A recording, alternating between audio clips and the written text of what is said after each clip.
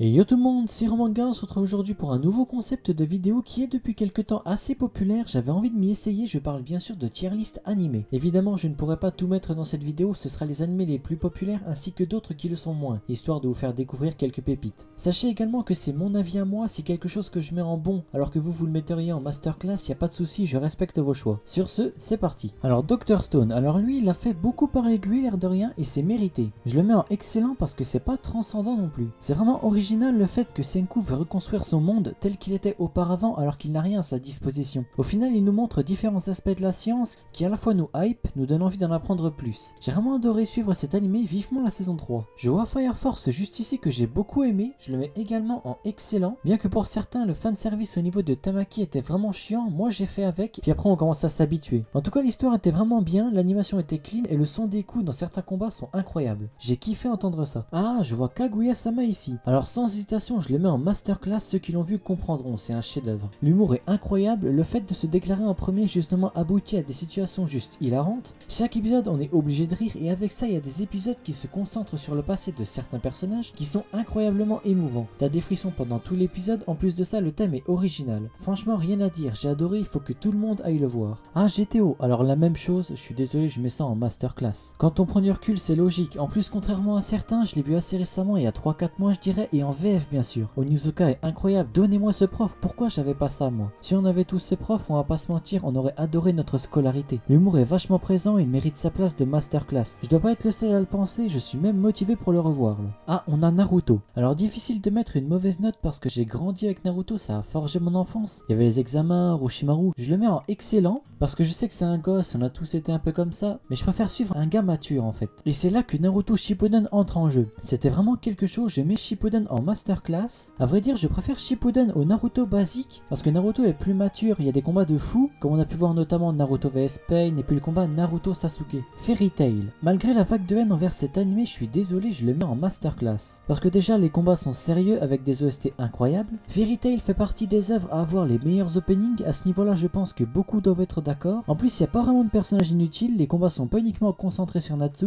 Le côté fanservice m'a pas vraiment dérangé et puis le côté pouvoir de l'amitié, franchement quand t'es vraiment dedans, tu fais même plus gaffe et t'es habitué. Je trouve ça dommage que des gens qui n'ont pas vu l'animé disent que c'est nul parce qu'ils suivent le mouvement en fait, vous loupez vraiment quelque chose. Reborn, alors je le mets en très bon. Le truc c'est que le début était lent en fait, le temps que Tsuna devienne sérieux il a fallu une trentaine d'épisodes et du coup à cause de ça, beaucoup ont arrêté et c'est dommage. Mais en revanche les arcs après je les trouve incroyables, surtout l'arc futur où on a eu des combats que j'ai kiffé, surtout au niveau de Tsuna, Yamamoto et ses amis. En plus les OST ont vraiment fait le taf. Boruto, alors bon, je le mets en moyen. En fait, si l'anime aurait pas eu autant de fillers, il serait peut-être même en excellent, mais il y en a trop, c'est énervant. Je sais que c'est fait de façon à ce que l'anime ne rattrape pas le manga, mais à force, je suis désolé, il y en a marre. L'arc Kara qui est en cours la faire monter, il a le potentiel pour être plus haut. Il pourrait remonter par la suite.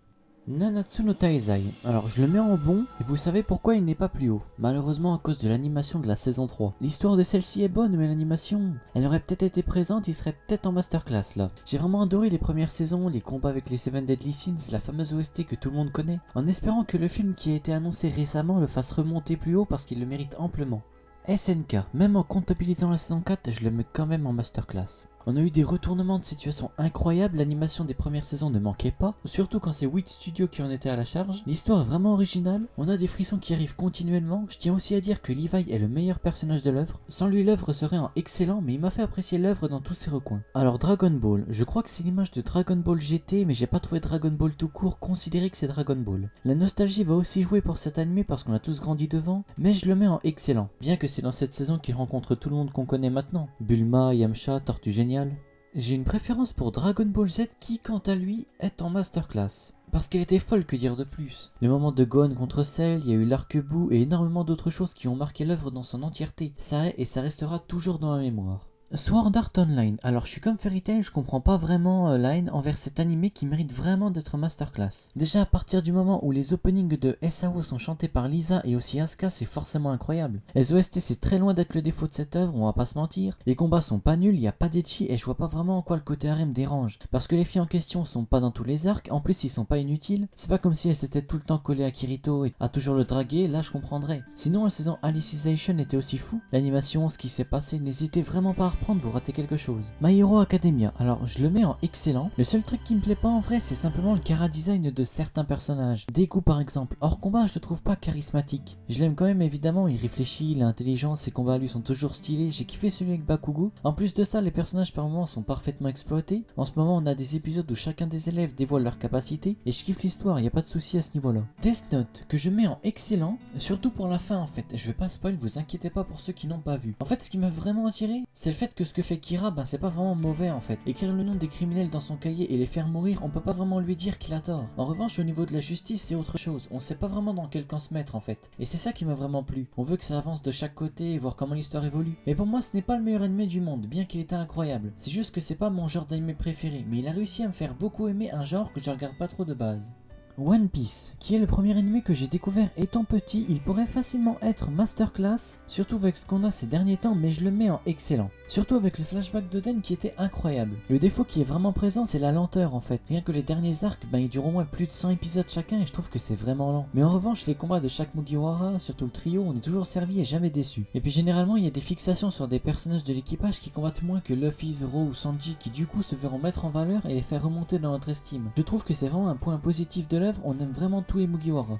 IQ, un petit animé de sport que j'ai découvert un peu au hasard qui n'est pas mauvais du tout, je l'aurais mis en bon avant de voir la deuxième partie de la saison 4 qui elle m'a fait changer d'avis, je la mets en finale en très bon parce que j'ai trouvé qu'il y avait quelque chose en plus. Ça se concentrait plus sur les personnages qu'on voit le moins entre guillemets, notamment avec Tanaka, on se rappelle tous ce moment qui était incroyable au niveau de l'animation. Il me semble pas qu'il y avait ce genre de choses dans les saisons précédentes. J'ai seulement oublié des choses depuis le temps mais j'ai vraiment adoré la saison 4, elle m'a marqué. Un animé de volet très cool où on voit les progrès de chacun et où ça se concentre pas uniquement sur Hinata et Kageyama. Black Clover, alors je le mets en masterclass. Je m'explique, déjà je suis passé outre le fait qu'Asta crie tout le temps au tout début de l'anime et en plus il change petit à petit. Il progresse à sa vitesse et puis les derniers combats qu'on a eu ça va en masterclass. Le Asta Emi vs Démon, ce qui s'est passé du côté de Noël avec Megikula, le duo Asta Yuno, tout ça réuni ça donne quelque chose de fou. L'entraînement de chacun et pas uniquement de Asta aussi. Et est-ce qu'on doit vraiment parler des openings qui sont masterclass? À chaque fois j'ai beau me dire que je ne serais pas surpris, mais au final je le suis et c'est continuel. Assassination Classroom va direct en masterclass, également tout simplement parce qu'avec cet anime on est passé par toutes les émotions, aussi bien la comédie que la tristesse. J'ai kiffé les combats de Nagisa, l'ambiance qui s'y dégageait et comment l'histoire par moments se déroule et change de tournure. Franchement un anime qui mérite sa popularité. One Punch Man, alors je vais le mettre en très bon. D'un point de vue original ça l'est parce que je crois pas qu'on ait un animé où le héros bat quelqu'un avec un seul coup de poing. Et j'aime bien aussi le côté héros invincible, cheaté, c'est ce qui m'attire le plus dans cet animé. Ah, Bakuman, alors lui il ira plus en bon. En vrai j'ai adoré suivre le duo mangaka Hashirogi Muto. Le truc c'est que les 3 saisons on les suit faire que du manga constamment. Comme j'ai commencé l'anime quand les 3 saisons sont sorties, à un moment j'en ai eu marre de voir que ça. Je faisais une pause pour pas tout enchaîner, ça aurait été cool un peu plus de moments chill, détente. De faire quelque chose d'autre, mais j'ai appris énormément de choses et ça c'était vraiment cool.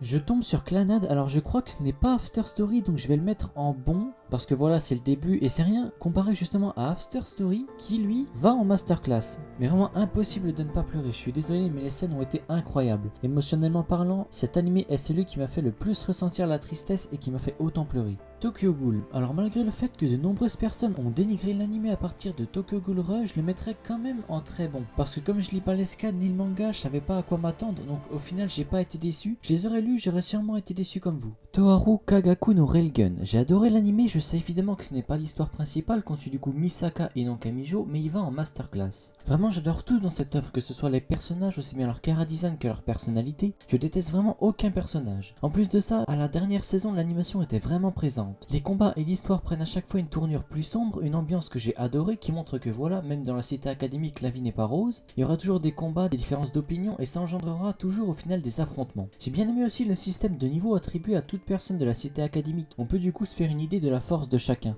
Irregular Magic at School. Alors je le mets en très bon. Les OST sont ultra originales sans compter le fait qu'il y en a une où c'est du rap français donc j'étais vraiment ultra surpris. Je la mets en description si ça vous intéresse. En revanche j'étais pas vraiment fan de la relation Tatsuya-Miyoki si vous voyez ce que je veux dire. J'ai juste l'impression que Miyoki colle tout le temps Tatsuya en fait. Je la trouve trop collante. Par moments je vais pas vous mentir ça m'a vraiment saoulé mais Tatsuya et les autres ont sauvé la mise on va dire. J'ai trouvé original aussi le pouvoir de Tatsuya et ça m'a plu de voir qu'au final c'est pas toujours de la magie que possèdent les héros principaux, que ce soit toute œuvre confondue.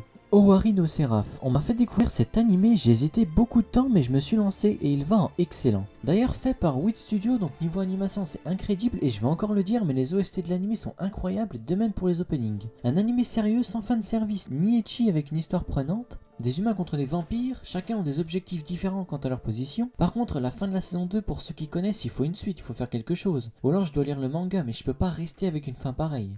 On va finir avec un petit dernier, Ataraku Mao-sama, qui va en très bon, un animé qui mélange comédie et combat. Le fait qu'un roi démon travaille dans un McDo, c'était vraiment drôle. Le truc qui était pas vraiment exploité, c'était les combats. Il y en a eu quoi, 3-4 max, c'était plus comédie que combat en fait, j'ai trouvé ça dommage. Mais peut-être que la saison 2 rattrapera tout ça. En revanche, je me suis bien marré devant et c'était un plaisir de le voir regarder. Eh bien écoutez, je pense m'arrêter ici pour cette première partie. Si vous voulez que je continue cette tier list en particulier, comme je vois qu'il y a encore énormément d'animés que je connais, n'hésitez pas à me le dire en commentaire. Sinon j'en ferai une autre, peut-être sur des personnages d'une œuvre en particulier ou tier list waifu, on a énormément de choix. Si ce nouveau concept de vidéo vous plaît, n'hésitez pas à liker, partager et à vous abonner, ça me ferait plaisir et ça m'aiderait beaucoup. Sur ce, moi je vous dis à plus pour une prochaine vidéo.